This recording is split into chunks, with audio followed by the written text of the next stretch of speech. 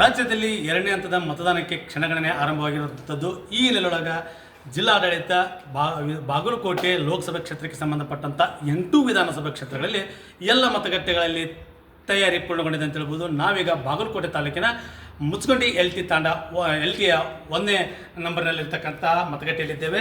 ಇದು ಮತಗಟ್ಟೆ ಸಂಖ್ಯೆ 191 ಮತ್ತು 192 ಅಂತ ಹೇಳ್ಬೋದು. ಈಗಾಗಲೇ ಬಾಗಲಕೋಟೆ ಲೋಕಸಭಾ ಕ್ಷೇತ್ರದಲ್ಲಿ 1946 ಮತಗಟ್ಟೆಗಳಿದ್ದು ಸುಮಾರು 18,06,000 ಜನ ನಾಳೆ ದಿವಸ ತಮ್ಮ ಹಕ್ಕನ್ನು ಚಲಾಯಿಸಲಿದ್ದಾರೆ. ಹೀಗಾಗಿಯೇ ಮತದಾರರನ್ನು ಸೆಳೆಯಲಿಕ್ಕೆ ವಿಶೇಷವಾಗಿ ಜಿಲ್ಲಾಡಳಿತ ಪ್ರತಿಯೊಂದು ವಿಧಾನಸಭಾ ಕ್ಷೇತ್ರದಲ್ಲಿ ಸುಮಾರು 9 ವಿಶೇಷ ಮತಗಟ್ಟೆಗಳನ್ನು ತಯಾರು ಮಾಡಿರ್ತಕ್ಕಂಥದ್ದು. ಅದರಲ್ಲಿ 5 ಮತಗಟ್ಟೆಗಳು ಸಖಿ ಅಂತಿದ್ರೆ, ಇನ್ನು ತಲಾ ಒಂದರಂತೆ ದೈಹಿಕವಾಗಿ ಅಂಗವಿಕಲ ಹೊಂದಿರತಕ್ಕಂಥವ್ರು, ಹಾಗೆ ಯುವ ಮತದಾರರು, ಸಾಂಪ್ರದಾಯಿಕ ಮತ್ತು ಸಾಂಸ್ಕೃತಿಕವಾಗಿರ್ತಕ್ಕಂಥ ಮತಗಟ್ಟೆಗಳನ್ನು ರಚನೆ ಮಾಡಿರ್ತಕ್ಕಂಥದ್ದು. ಇಲ್ಲೇ ಈ ಒಂದು ಥೀಮ್ಸ್ ಆಧಾರದ ಮೇಲೆ ಈ ಒಂದು ಮತಗಟ್ಟೆಗಳನ್ನು ತಯಾರು ಮಾಡಿರ್ತಕ್ಕಂಥದ್ದು.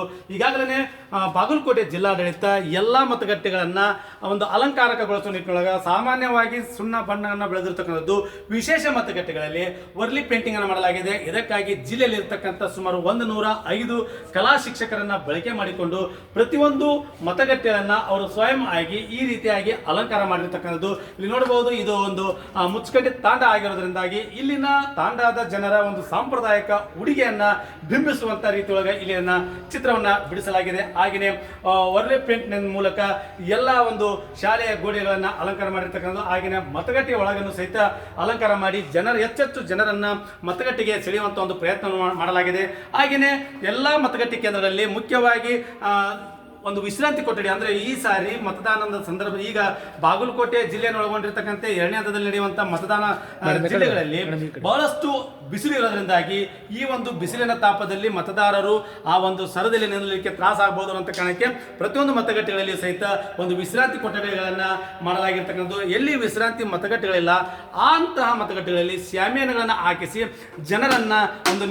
ಜನರಿಗೆ ಒಂದು ನೆರಳಿನ ಒಂದು ಸೌಕರ್ಯ ಒದಗಿಸಿರ್ತಕ್ಕಂಥದ್ದು. ಹಾಗೆಯೇ ತಂಪು ಪಾನೀಯದ ವ್ಯವಸ್ಥೆನೂ ಸಹಿತ ಈ ಸಾರಿ ಒಂದು ಬಿಸಿಲಿನ ಕಾರಣಕ್ಕೆ ಮಾಡಿದ್ದಾರೆ. ಈ ನಿಲೊಳಗೆ ಈ ಒಂದು ವ್ಯಾಪ್ತಿಯ ಪಂಚಾಯತ್ ಅಭಿವೃದ್ಧಿ ಅಧಿಕಾರಿಗಳು ನಮ್ಮ ಜೊತೆಗಿದ್ದಾರೆ. ಅವರು ಮಾತಾಡ್ಸೋಣ. ಮೇಡಮ್, ಮತಗಟ್ಟೆಯಲ್ಲಿ ಏನೆಲ್ಲ ಸೌಲಭ್ಯಗಳನ್ನು ಒದಗಿಸಲಾಗಿದೆ, ವಿಶೇಷವಾಗಿ ಮತದಾರರನ್ನ ಆಕರ್ಷಿಸಲಿಕ್ಕೆ ಯಾವ ರೀತಿಯಾಗಿ ಅಲಂಕಾರವನ್ನು ಮಾಡಲಾಗಿದೆ? ಇದು ಮಾನ್ಯ ಜಿಲ್ಲಾಧಿಕಾರಿಗಳು ಹಾಗೆ model code of conduct nodal ಅಧಿಕಾರಿಗಳಾದ ಮಾನ್ಯ CEO ಅವರ ಆದೇಶ ಪ್ರಕಾರ ಥೀಮ್ ಬೇಸ್ಡ್ ಮತಗಟ್ಟೆಯಾಗಿ ಅದನ್ನು ಅಲಂಕಾರ ಮಾಡಬೇಕಂತ ಆದೇಶವಾಗಿತ್ತು. ಥೀಮ್ ಬೇಸ್ಡ್ ಅಂತ ಅಂದ್ಕೊಳ್ಳಿ, ಇದೊಂದು ಲಂಬಾಣಿ ತಾಂಡ ಆಗಿರೋದ್ರಿಂದ ನಾವು ಲಂಬಾಣಿ ಒಂದು ಸಂಪ್ರದಾಯ ಮತ್ತು ಕಲೆ ಸಂಸ್ಕೃತಿ ಮೂಲಕನೇ ಮತದಾರನ ಜಾಸ್ತಿಯಾಗಿ ಒಂದು ಆಕರ್ಷಣೆ ಮಾಡಬೇಕು, ಮತದಾರನ ಸೆಳಿಬೇಕು ಅಂತ ಒಂದು ಪ್ರಯತ್ನ ಮಾಡಿದ್ದೆ.